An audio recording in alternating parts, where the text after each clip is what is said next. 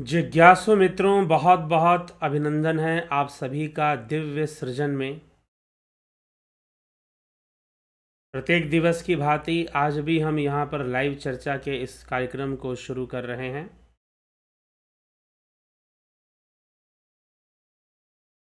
पतंजलि योग सूत्र, उसी की चर्चा आगे बढ़ रही है। उसी श्रृंखला में, उसी विषय को हम चर्चा करेंगे। तो सिद्धियों का विषय है। महर्षि पतंजलि योगी की विभूतियों की चर्चा करते हैं जो उसे ध्यान योग से प्राप्त होती हैं, और ऐसे कई गुण उसके अंदर विकसित हो जाते हैं।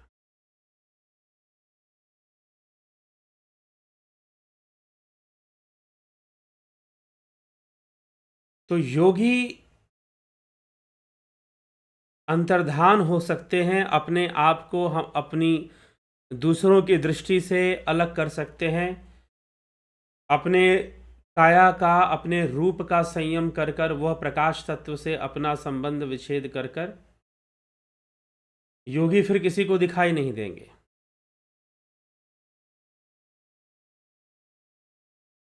ठीक।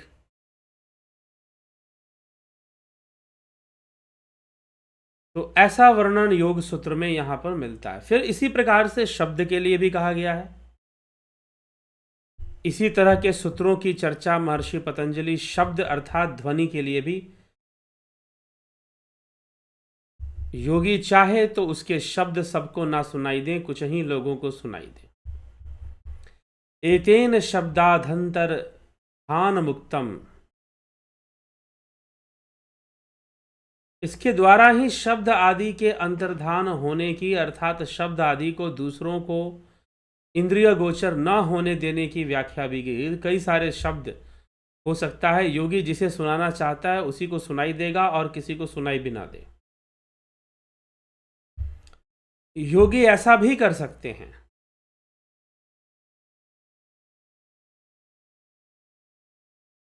ठीक। योगी जो है ऐसा भी कर सकते हैं कि उनके शब्द सबको ना सुनाई दे, किसी को ही सुनाई दे। फिर महर्षि पतंजलि कहते हैं कि सोप क्रमम निरूप क्रमम च कर्मम तत संयमदा संयमाद परांत ज्ञानमर्ष्यभ्यो वा। सोप कर्म, निरूप कर्म, प्रारब्ध कर्म में संयम कर लेने से किसी के भी, दूसरे व्यक्ति के भी, जैसे पहले कहा गया कि योगी जो है किसी के चित्त का भी संयम कर सकते हैं, उसके मन को भी जान सकते हैं, उसके मन में चलने वाली स्थिति को भी जान सकते हैं किसी व्यक्ति के। उसी तरह से कर्मों का संयम करके, यदि कर्मों का संयम कर ले योगी, अर्थात कौन से कर्म, प्रारब्ध कर्म, उसमें भी सोप क्रम निरूप क्रमम च कर्म, सोप क्रमम निरूप क्रमम च कर्मम। सोप क्रमम मतलब कि उपकर्म की बात कही जा रही है यहां पर, कि कुछ कर्म ऐसे होते हैं जिनका फल जो है शीघ्र ही प्राप्त होता है, और कुछ कर्म ऐसे होते हैं जिनका फल देर से प्राप्त होता है। तो महर्षि पतंजलि यहां पर कह रहे हैं कुछ कर्म ऐसे होते हैं जिनका फल शीघ्र प्राप्त होगा, कुछ कर्म ऐसे होते हैं जिनका फल थोड़ा देर से प्राप्त होगा। जैसे कि यदि कोई भीगा हुआ वस्त्र अगर उसे फैला दिया जाए और उसे खुले में रख दिया जाए तो वो जल्दी सूख जाएगा, लेकिन वही भीगा वस्त्र अगर समेट कर रखा जाए तो जल्दी नहीं सूखेगा। किसी एक लकड़ी को आपको जलाना है तो वो आसानी से जल जाएगी, लेकिन अगर लकड़ियों का समूह हो तो उनको जलने में समय लगेगा। वैसे ही कुछ कर्मों का फल शीघ्र प्राप्त होता है और कुछ कर्मों का जो फल है वह देर से प्राप्त होता है। कुछ कर्मों का फल शीघ्र ही प्राप्त होता है और कुछ कर्मों का जो फल है वह देर से प्राप्त होता है। तो देर से प्राप्त होने वाले कर्म और शीघ्र ही प्राप्त होने वाले कर्म। तो योगी जब उन कर्मों का संयम करता है, अर्थात उन कर्मों को जानकर जब उनका संयम करता है, अपनी संपूर्ण एकाग्रता उन कर्मों को जानने में लगा देता है, धारणा, ध्यान और समाधि उसी में लगा देता है, कर्मों को जानने में। और ये योगी के लिए जब कहा जा रहा है, सिद्ध योगी के लिए, तो ये उसके लिए कठिन नहीं है, क्योंकि उसकी जो एकाग्रता है वो असामान्य है। उसकी जो एकाग्रता है वो सामान्य से परे है। उसकी जो एकाग्रता है असामान्य है, तो उसके लिए बहुत थोड़े समय की बात है कि वह इन सब विषयों का ज्ञान रखे। तो यदि वो किसी के कर्म में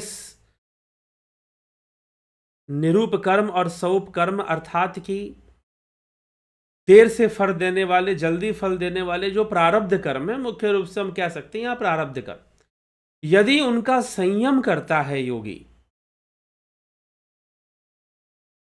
संयम करता है योगी, तो योगी मृत्यु का समय भी जान सकता है। दूसरा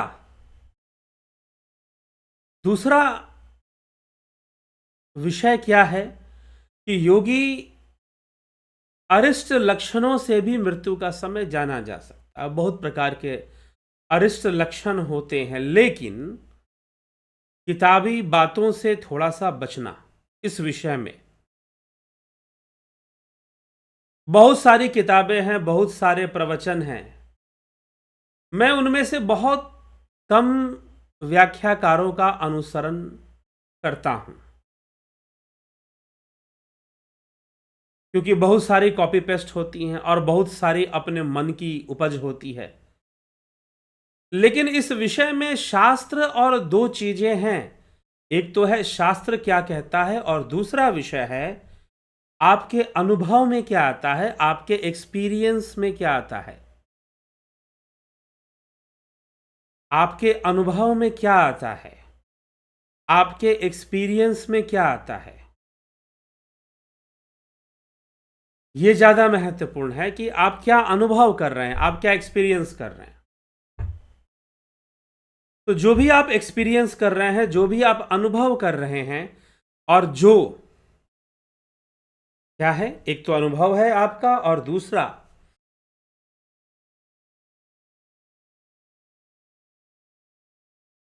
जो अनुभूतियां हैं एक, और दूसरा जो है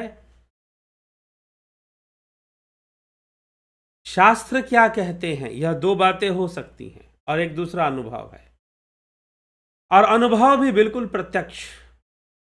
ये नहीं कि ऐसा लग रहा है या वैसा हो रहा है, ऐसा प्रतीत हो रहा है, प्रतीत होने वाली बात भी नहीं, स्पष्ट। मृत्यु का ज्ञान योगी कर सकता है, किसी के प्रारब्ध कर्म का संयम करके भी कर सकता है, लेकिन कुछ ऐसी घटनाएं होती हैं, कुछ ऐसी अनुभूतियां होती हैं, जिनको यदि आप फॉलो करेंगे तो मृत्यु के समय को पता लगाया जा सकता है, अपने बारे में भी और दूसरों के बारे में भी। कुछ बातें निश्चित रूप से होती हैं मृत्यु से पहले, मृत्यु से पूर्व कुछ बातें निश्चित रूप से होती हैं। मैं अपने अनुभव से कुछ बातें आपको बता रहा हूं, ठीक।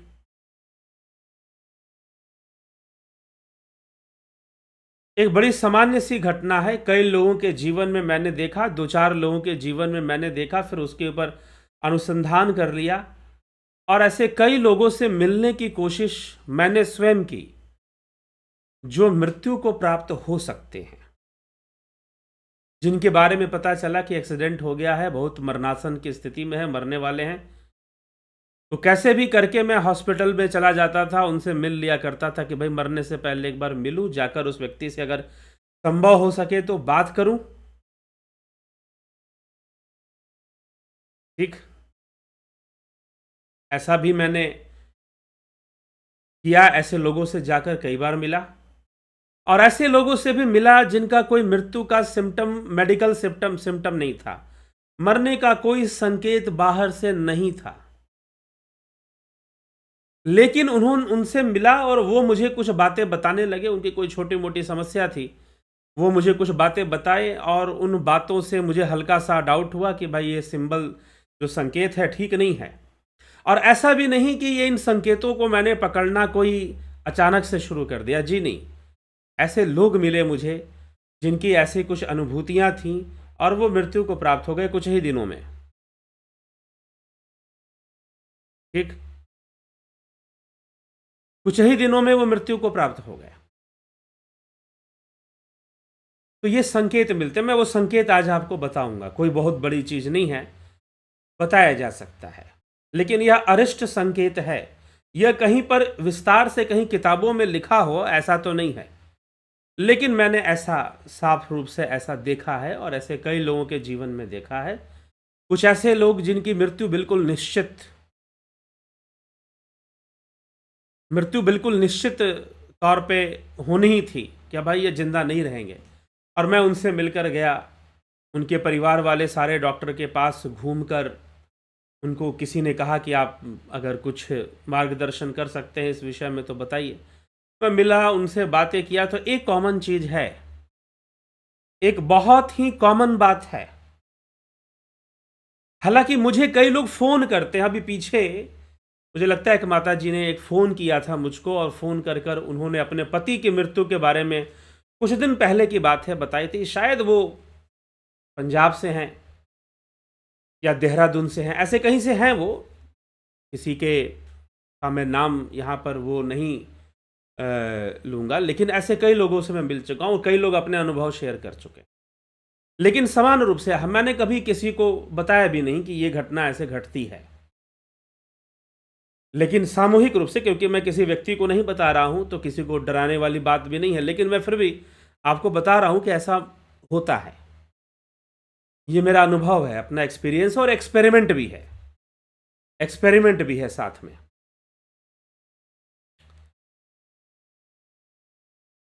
तो होता क्या है कि कुछ एक व्यक्ति थे, लगभग 50 साल उनकी उम्र थी। तो ऐसी बात चल रही थी, उनके घर पर गए, कुछ परेशानियां घर में थी थोड़ी बहुत, कोई विशेष नहीं। उन्होंने अपना बताया कि ये सपने उपने क्यों आते हैं। बोले कि मुझे कुछ दिनों से, लगभग 15 दिनों से, मेरे जो घर के लोग जो मृत्यु को प्राप्त हो चुके हैं, वो मुझसे आकर मिलते हैं, स्वप्न में बार बार दिखाई देते हैं। पहले नहीं होता था ऐसा, कभी हो गया तो हो गया, लेकिन हमेशा लगातार कंटिन्यूअस नहीं होता था। लेकिन लोग मुझे दिखाई देते हैं। तो मैंने कहा कि कोई बात नहीं, होता है ऐसा, आप साधना वादना करो, ध्यान व्यान करो। उनको थोड़ा ध्यान व्यान सिखाया मैंने, उद्गीत वगैरह सिखाया। मैंने खुद उनके घर में फिर थोड़ी साधना की। मुझे लगा कि कहीं कुछ भूत प्रेत ऐसा कुछ असर होगा, कोई सूक्ष्म जीवी होगा, तो उसके बारे में पता कर कर जो संभव होगा मैं इनकी सहायता कर दूंगा।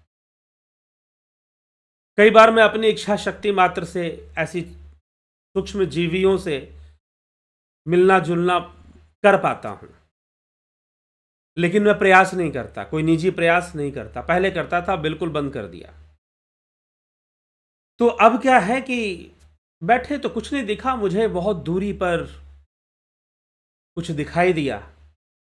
मैंने कहा डरने वाली कोई बात नहीं है, आप ठीक है आ जाते हैं, कभी कभी कुछ ऐसा समय होता है। तो बोले कि नहीं, 15 दिन से बहुत ज़्यादा मुझे दिखाई देते हैं, और मैं उन्हीं के बारे में सोचता रहता हूँ। मैं बैठता हूँ खाली तो उन्हीं के बारे में सोचता हूँ।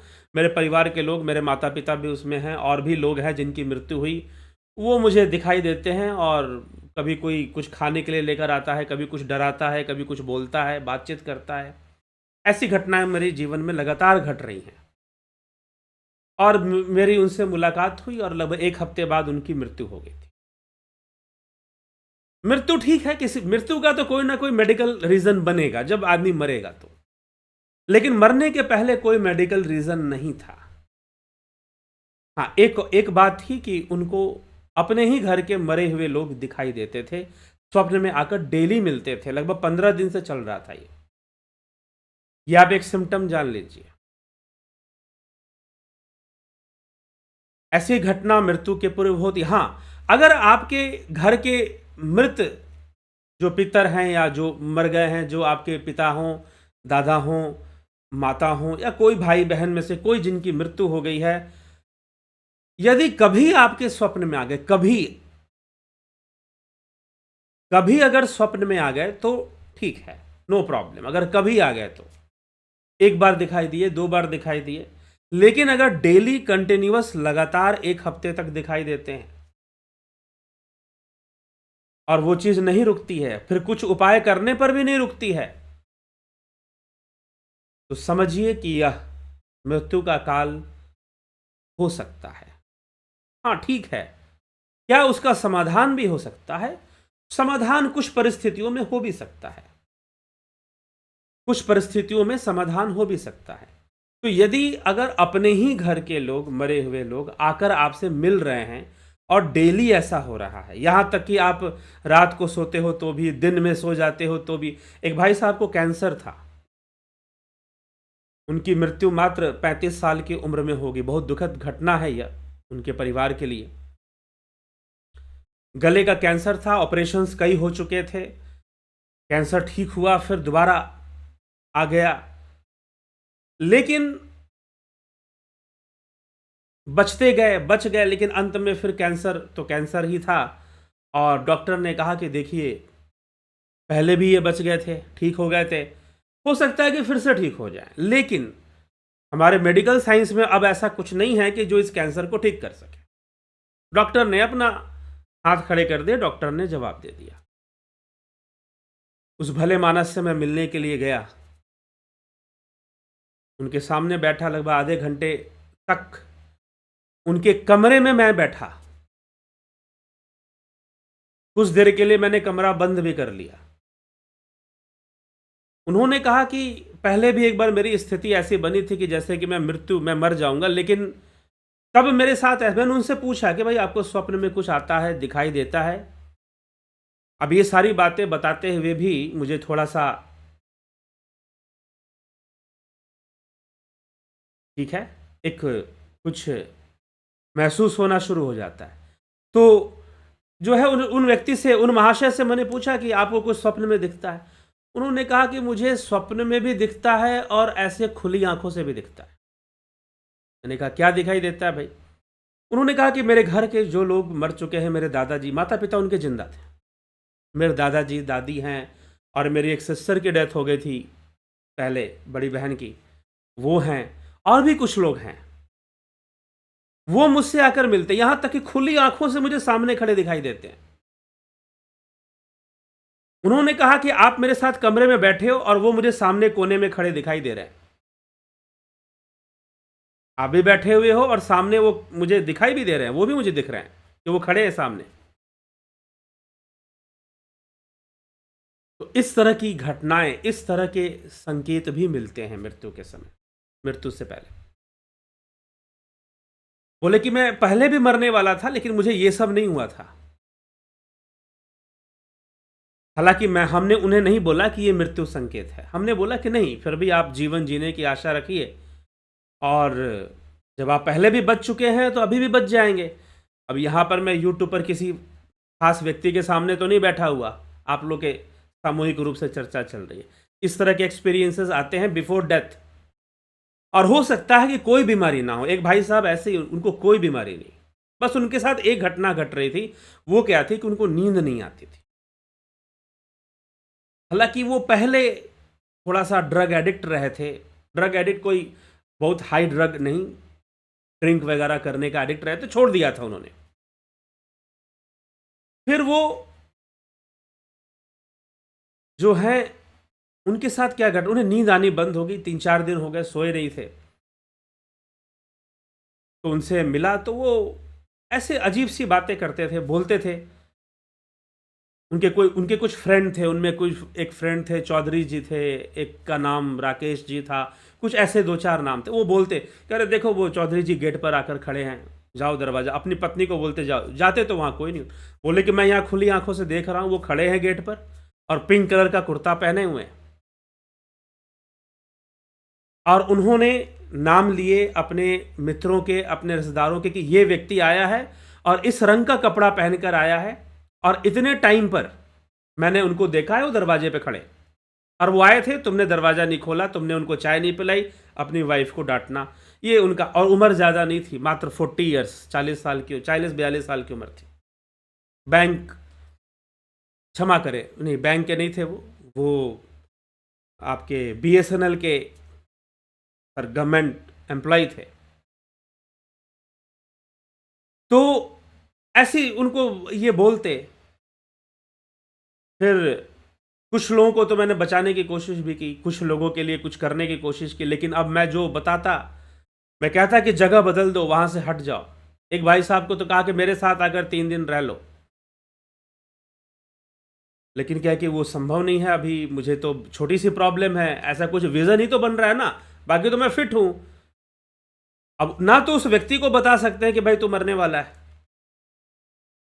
और उसको सब कुछ नॉर्मल, उसे घर वालों को भी नॉर्मल लग रहा है, और कहते हैं कि भाई साहब जब सोए लगभग 1 हफ्ते बाद उनको नींद आई सुबह सुबह, और जब वो सोए तो फिर उठे नहीं। ना कोई बीमारी थी, ना कोई हार्ट अटैक हुआ था, ना शरीर में कहीं कोई दर्द हुआ था, कुछ भी नहीं। ना उन्होंने ड्रिंक कर रखा था, ना कोई दवाई खा रखी थी, नथिंग, कुछ भी नहीं। जब सोए तो बस उठे नहीं। डॉक्टर ने बोल दिया कि सोते सोते भी कार्डियक अरेस्ट हो जाता है। कार्डियक अरेस्ट एक ऐसा रीजन है कि जो कभी भी हो सकता है, सोते सोते भी हो सकता है, हंसते हंसते भी हो सकता है, गाते गाते भी हो सकता है। ठीक है, तो सोते सोते उनको कार्डियक अरेस्ट हो गया और वो फिर मृत्यु को प्राप्त हो गए। और घर वाले, मतलब ये क्या हो गया भाई, कोई व्यक्ति मरे तो लगे ना कि मरने वाला है या मरने की स्थिति बन रही है, बिना किसी स्थिति के ही निकल पड़ा। जीवन बड़ा रहस्यमयी है, मृत्यु भी बड़ी रहस्यमयी है। अब निकल पड़े,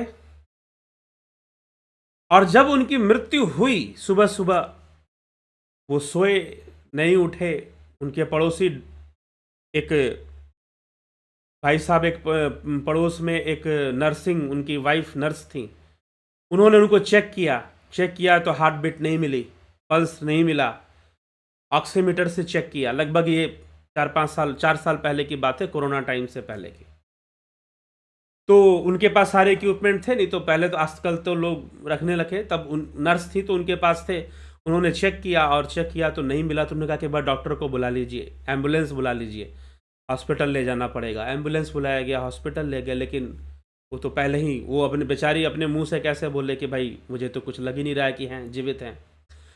हॉस्पिटल में डॉक्टर ने कहा कि मृत्यु हो चुकी।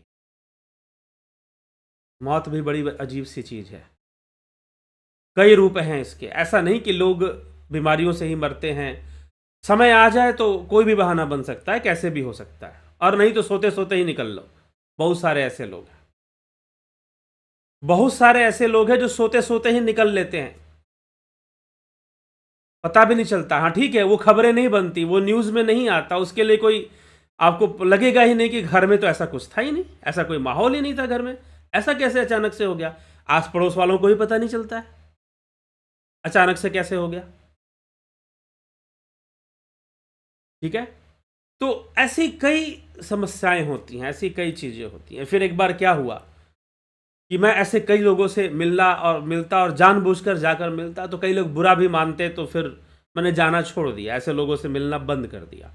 बाद में क्या हुआ, एक और बुजुर्ग व्यक्ति थे, लगभग उनकी उम्र 70-75 साल से ऊपर उनकी उम्र हो गई थी, उम्र भी हो गई थी, और वो बहुत तरह का अपना क्रियाकलाप शुरू कर दिए थे, और पड़े रहते थे बेड पर, अजीब अजीब सी बातें बोलते थे, और किसी को गलत बोलते थे, किसी को सही बोलते थे, और इस तरह की बातें बोलते थे। मैं गया, उनसे मिला, वहाँ पर भी उनके घर वालों ने से मैंने ऐसे, उन्होंने बताई बात, तो मैंने कहा कि एक बार मैं मिलना चाहता हूँ। तो मैं गया और उनसे मिला, और मिलने के बाद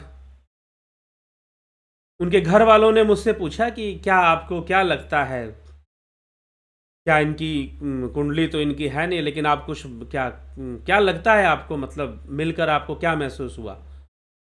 मैंने कहा कि मैंने उनको बोला कि ये जो भी कर रहे हैं, मैं उनको, हालांकि बहुत फ्रेंडली थे तो मैं बोल सकता था, हर जगह मैं नहीं बोल सकता हूँ ये बात।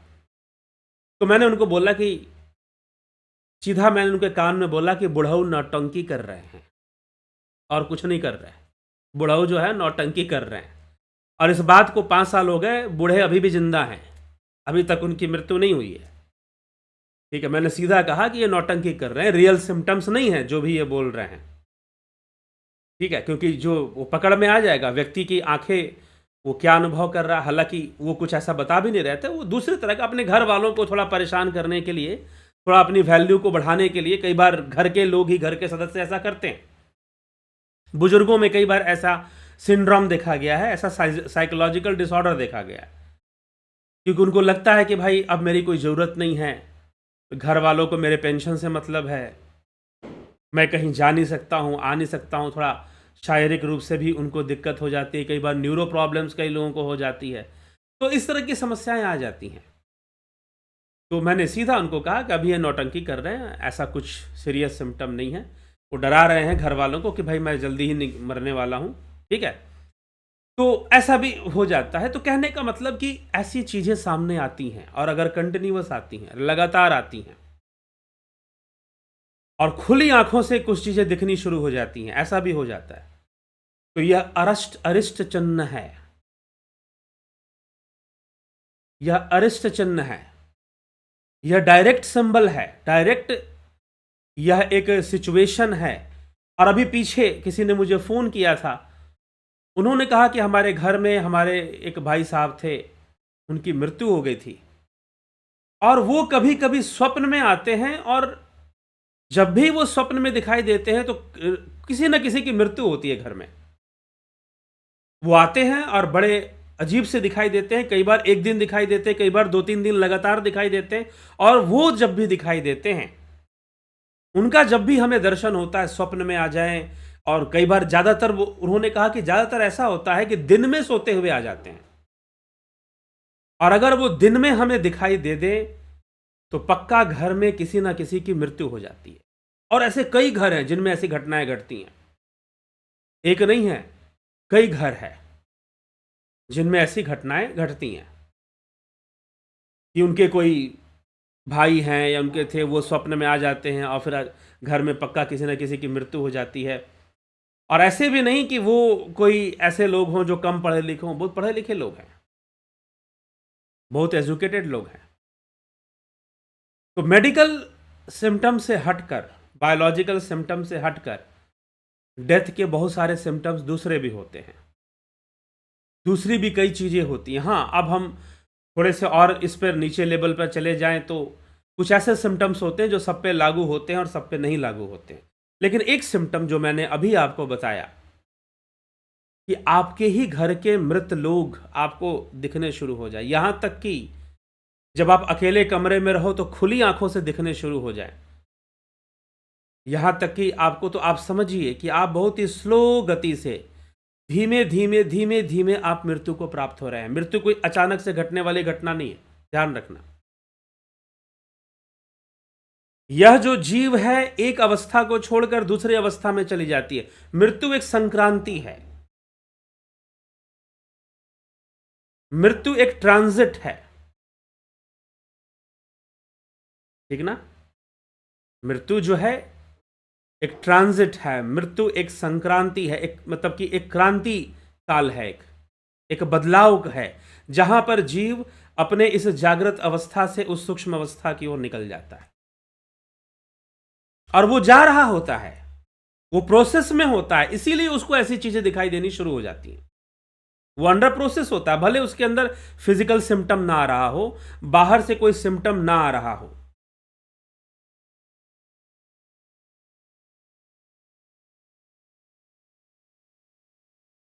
ठीक,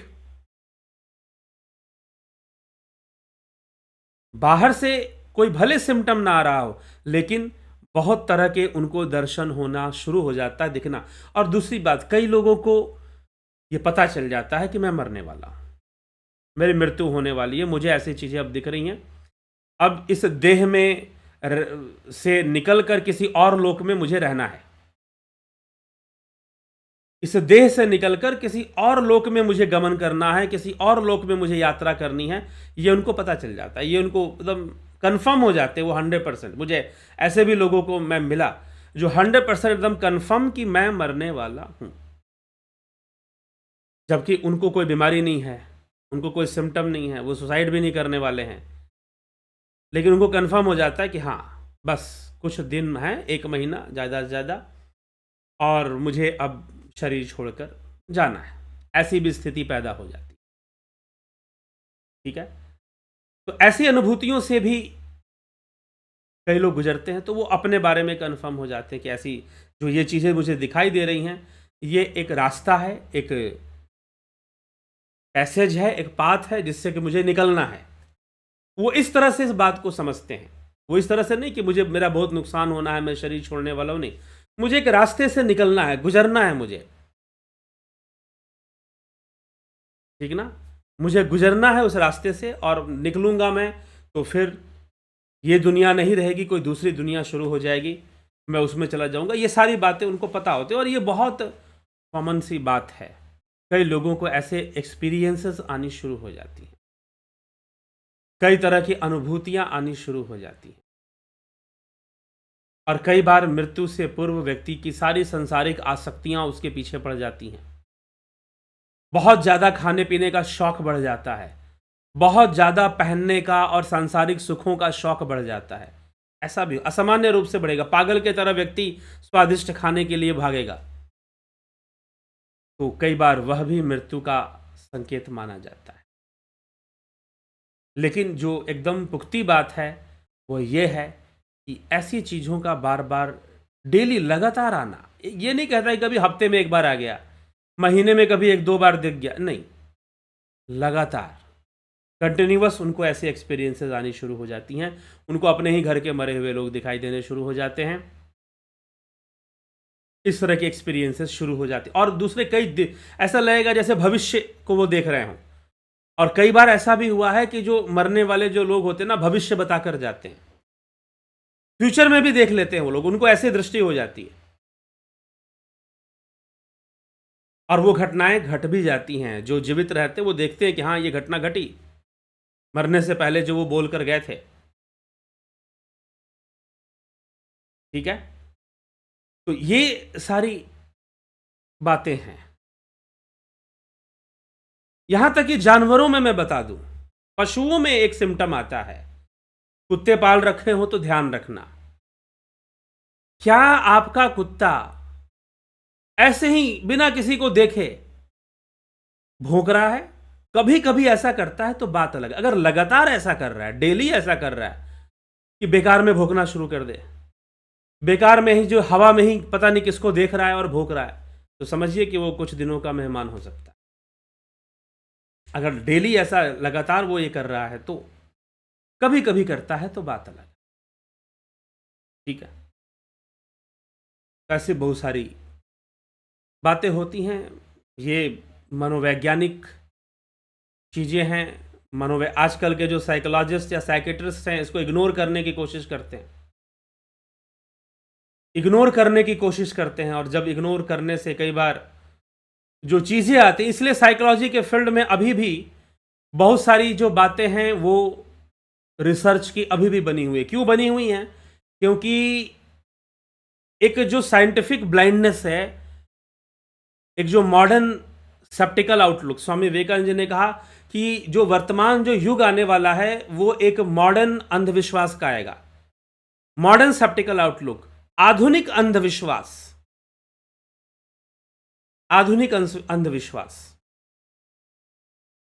ठीक ना, साइंटिफिक ब्लाइंड फेथ्स आएंगी, जहां पर भी आप रिसर्च छोड़ दोगे और एक टैगलाइन बना दोगे कि नहीं ये चीज ऐसे है, तो वहां अंधविश्वास अपने आप शुरू हो जाएगा। अगर आप ये कह दो कि नहीं ये पैरानॉर्मल चीज को मानना तो अनपढ़ गंवारों का काम है, लेकिन पैरानॉर्मल थिंग्स पर, पैरानॉर्मल स्टडी पर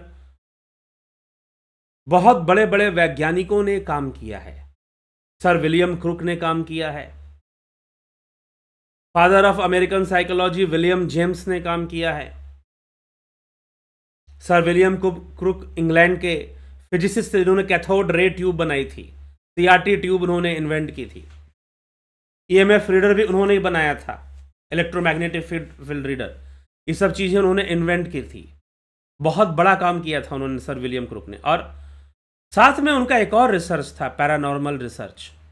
इस पर भी उन्होंने काम किया था और यह भी प्रमाणित किया था कि कई लोग बेकार के झूठ बोलते हैं इन सब मामलों में, दूसरों को फंसाने के लिए।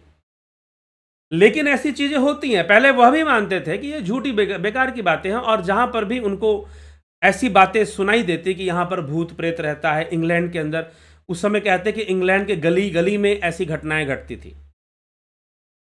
गली गली में भूत प्रेत की बातें होती थी। तो वो वहां पर जाते और उनका पर्दाफाश करते, लेकिन पर्दाफाश करते करते एक दिन खुद फंस गए। पर्दाफाश करते करते एक दिन असली वाला मिल गया, और जब असली वाला मिला तो फिर तो दिमाग की नसें खुल गई। फिर उन्होंने उसको एक रिसर्च टॉपिक बना लिया, पैरानॉर्मल रिसर्च। कभी आप गूगल कर लीजिए, sir William Crookes, inventor of cathode ray tube, CRT tube बनाने वाले। जो आप तक आजकल आज तक जो आपके घर में टेलीविजन चलता था ना, बक्से जैसा, वो कैथोड रे ट्यूब से, वो सीआरटी ट्यूब से चलता था। ठीक। तो जहां पर जागरूकता है वहां पर लोग इसको भी रिसर्च का ही टॉपिक मानते हैं। इसलिए अमेरिकन यूनिवर्सिटीज में पैरानॉर्मल स्टडी पर कोर्सेज चलती हैं, यूनिवर्सिटी के अंदर चलती है। यहां भारत में नहीं चलती। भारत में एक टैग लाइन है कि भाई ये तो गांव के लोगों को, जो कम पढ़े लिखे हैं, उनके साथ ये घटनाएं शायद घटती होंगी। यहां पर ये टैग लाइन चलता है, फिक्स चलता है। आपने उसको रिसर्च का विषय नहीं समझा, नहीं जानने की कोशिश की, और उसमें भी कुछ बाबा टाइप लोग जो है अपने आप को ज़्यादा वैज्ञानिक बाबा दिखाने के चक्कर में रहते हैं, तो वो कुछ और भी ज़्यादा आधुनिक अंधविश्वास को फैलाते हैं। तो मॉडर्न सेप्टिकल आउटलुक, आधुनिक अंधविश्वास, जो कि जबरदस्ती की बातों से, वैज्ञानिक विचारधारा यह होती है कि आप हर विषय के प्रति एक अनुसंधान की भावना रखें, जबरदस्ती की भावना न रखें। एक और चीज है जहां गुरुडम आ जाता है कि मेरे वाले गुरुजी जो बोल के गए हैं वो आखिरी सत्य है, और हमारे गुरु जो थे वो आखिरी ऋषि थे, अंतिम ऋषि थे, अब कोई ऋषि पैदा नहीं होगा, आपने घोषणा कर दिया। आखिरी पैगंबर की तरह कुछ लोगों ने आखिरी ऋषि भी घोषणा कर दिया है। तो जहां पर यह बात आ जाएगी वहां पर अंधविश्वास ही पनपेगा फिर। ठीक है, तो यह समस्या आ जाएगी, क्योंकि आपने टैगलाइन दे दिया है, आपने जबरदस्ती लाइन खींच दी है कि हमारे जो गुरुजी कह के गए वो तो आखिरी सत्य है, वो तो गलत हो ही नहीं सकता, और वो परम सत्य है। तो वहां पर आपकी बुद्धि रुक गई, आप रिसर्च करोगे ही नहीं। आप क्या करोगे, आप अपनी सारी बुद्धि इस बात को प्रूव करने में लगाओगे कि हमारे गुरुजी ने सही बोला था। आप अपनी सारी बुद्धि इस बात को प्रूव करने में लगा दोगे। आप रिसर्च नहीं कर पाओगे, अनुसंधान नहीं कर पाओगे आप। तो जो संस्थाएं हैं, उनके जो चेले और अनुयायी हैं, उनमें ज्यादातर इसी प्रकार के लोग प्राप्त होते हैं, इसी प्रकार के लोग मिलते हैं। तो यह भी एक समस्या आ जाती है, इसलिए भी इस विषय पर लोग चिंतन नहीं करते हैं। ठीक।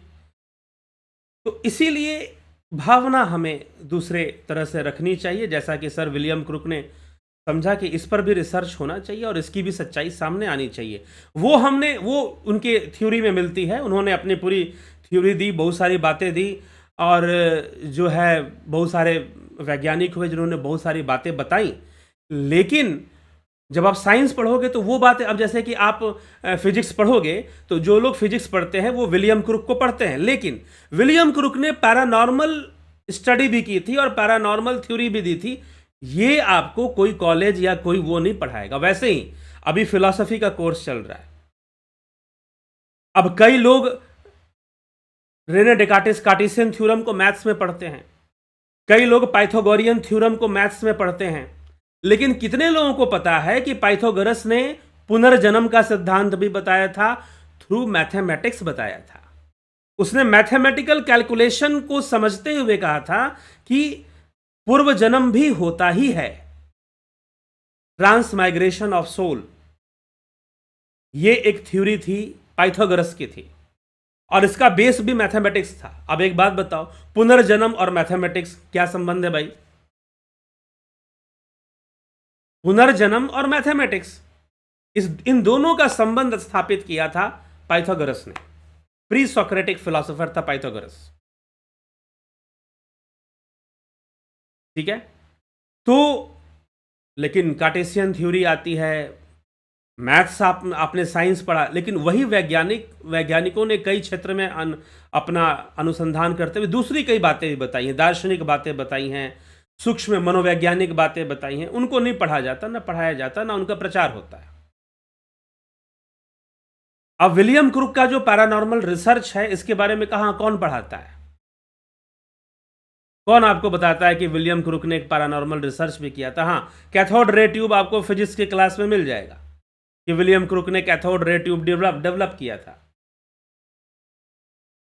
तो ये बात है। तो एक टैग लाइन को हमें लेकर नहीं चलना चाहिए। यह जो योग सूत्र है, यह भी अनुसंधान का विषय है। हम अपनी एकाग्रता को उस स्तर तक ले जाएं, बहुत सारी चीजें संभव है, बहुत सारी चीजों को जान पाना, देख पाना संभव हो पाता है। ठीक है। सच्चा योग करेंगे तब, दिखावे वाला योग करेंगे तो नहीं। आजकल तो दिखावे वाला योग जो है और साधुपना जो है, वो राजनीति का विषय बन चुका है। लेकिन योग में बहुत बड़ी शक्ति है। जब हम जानेंगे तो महर्षि पतंजलि यही पर कह रहे हैं कि दो तरह से आप मृत्यु को जान सकते हो। एक तो अगर कर्मों का प्रारब्ध कर्म का संयम कर लो, तो उस व्यक्ति के कर्मों को आप, ये भी कैलकुलेशन ही है। अगर सच पूछो तो यहां पर योग की सिद्धियों में क्या चल रहा है? मैथमेटिक्स चल रहा है। इसलिए मैं कहता हूं इस कॉन्सेप्ट को, मैथमेटिकल कॉन्सेप्ट जो था, इसको कोई लेकर आया था, एक बहुत बड़ा दार्शनिक पाइथागोरस, जिसने राइट एंगल ट्रायंगल को लेकर बहुत सारे फॉर्मूला उसने दिया था, बहुत तरह की बातें बताई थी। बहुत एंशियंट इंजीनियर बोलते हैं पाइथागोरस को। अगर आप पाइथागोरस के बारे में बहुत जानना चाहते हैं तो फिलॉसफी का कोर्स ज्वाइन कीजिए। अगर आप पाइथागोरस के बारे में जानना चाहते हैं तो उसमें हमने पाइथागोरस के ऊपर वीडियो बनाया है, क्या क्या काम पाइथागोरस ने किया था और वो कैसे विलुप्त हो गया। तो और जो बची हुई हैं उनमें से भी बहुत सारे काम बचे हुए हैं। तो उसने कई बातें पाइथागोरस ने बताई थी। लेकिन पाइथागोरस जब हुआ, उससे बहुत पहले हमारे ऋषि मुनि बहुत सारी बातें बताते चले गए और बताते रहे।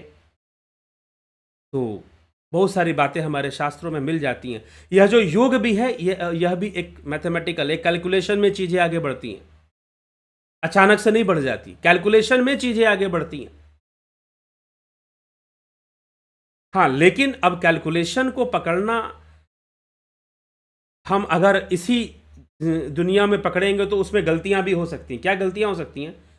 कि अगर कैलकुलेशन के बेस पर पाइथागोरस कहता है कि पुनर्जन्म होता है, ट्रांसमाइग्रेशन ऑफ सोल, गूगल पे जाकर टाइप कर दो ट्रांसमाइग्रेशन ऑफ सोल, पाइथागोरस का नाम नीचे आ जाएगा और पूरी थ्योरी भी आ जाएगी वैसे तो। लेकिन एक्चुअल में उसने किस बेस पर सारी बातें, विकिपीडिया दूसरे भी उसका पूरा बेस नहीं क्लियर करते हैं। अगर आपको जानना है कैसे उसने ट्रांसमाइग्रेशन ऑफ सोल को एक्सेप्ट किया, पुनर्जन्म के सिद्धांत को दिया, तो वो पाइथागोरस ने मैथमेटिकल कैलकुलेशन से दिया था। हर जगह उसने मैथमेटिक्स को अप्लाई कर दिया था, हर काम में मैथमेटिक्स अप्लाई कर देता था। तो उसने मनुष्य के जीवन में आने वाले सुख दुख सब पर मैथमेटिक्स ही लगा दिया और अपनी एक थ्योरी दे दी, ट्रांसमाइग्रेशन ऑफ सोल। तो दार्शनिक भी था, फिलोसोफर के नाम रूप में हम जानते हैं पाइथागोरस को, और एक मैथमेटिशियन के रूप में जानते हैं। तो इस तरह से हमें कई वैज्ञानिक हुए जिन्होंने इन सब बातों को बताया, लेकिन उनकी वो वाली बातों को दबा दिया गया, वो टॉपिक्स को ज़्यादा नहीं लोगों के सामने लाया गया। दूसरी बातें जो फिजिकल लेवल की थी उन्हीं को ज़्यादा सामने लाया गया। ठीक है। तो चलिए, तो यह सब विषय है। तो यह जो कोर्स है, ऑनलाइन कोर्स 2 तारीख तक आप ज्वाइन कर सकते हैं। ऑनलाइन कोर्स 2 तारीख तक आप ज्वाइन कर सकते हैं।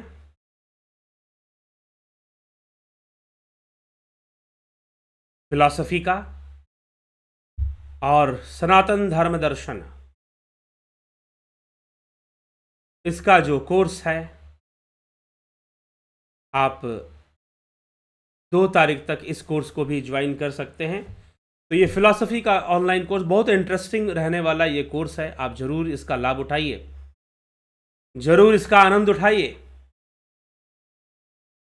और कब तक चलेगा, दोबारा कब शुरू होगा, ये आपको बाद में बताया जाएगा। पहले एक बैच का ख़त्म हो जाए। एक बैच में लगभग 35 लोग हो चुके हैं, तो और भी लोग ज्वाइन अभी भी कर रहे हैं। तो जिनको ज्वाइन करना है 2 तारीख तक आप ज्वाइन कर सकते हैं, ठीक है। तो चलिए अभी इसी के साथ हम विराम देंगे आज के कार्यक्रम को, और कल मिलेंगे आपसे। लेकिन आपके कमेंट्स अभी बाकी हैं, ज़्यादा समय नहीं दे पाएंगे आपके कमेंट्स पर आज।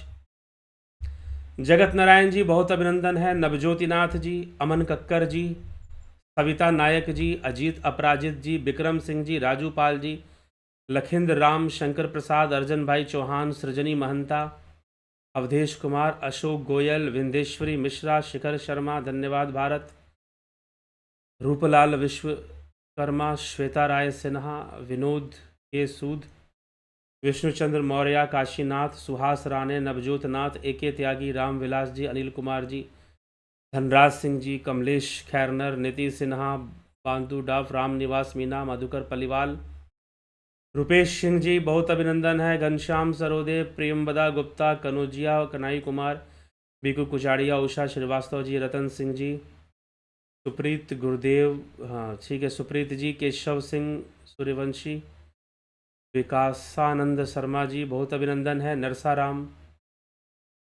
राम लखन राजपूत, नंदी, सरोज कृष्णानी, अमित सिंह सूर्यवंशी, राकेश गुप्ता, अमित तिवारी, बबीता धीमान, अमित तिवारी, गंभीर शाह, राहुल राम, पूनम सेठी, बाला आहूजा, भक्ति नंदी जी, अशोक माली, अवंता प्रोडक्शन, रजनीश, अनिमेश महतो, MKPD सुधीर सिंह, हीरालाल यादव, रतन सिंह जी,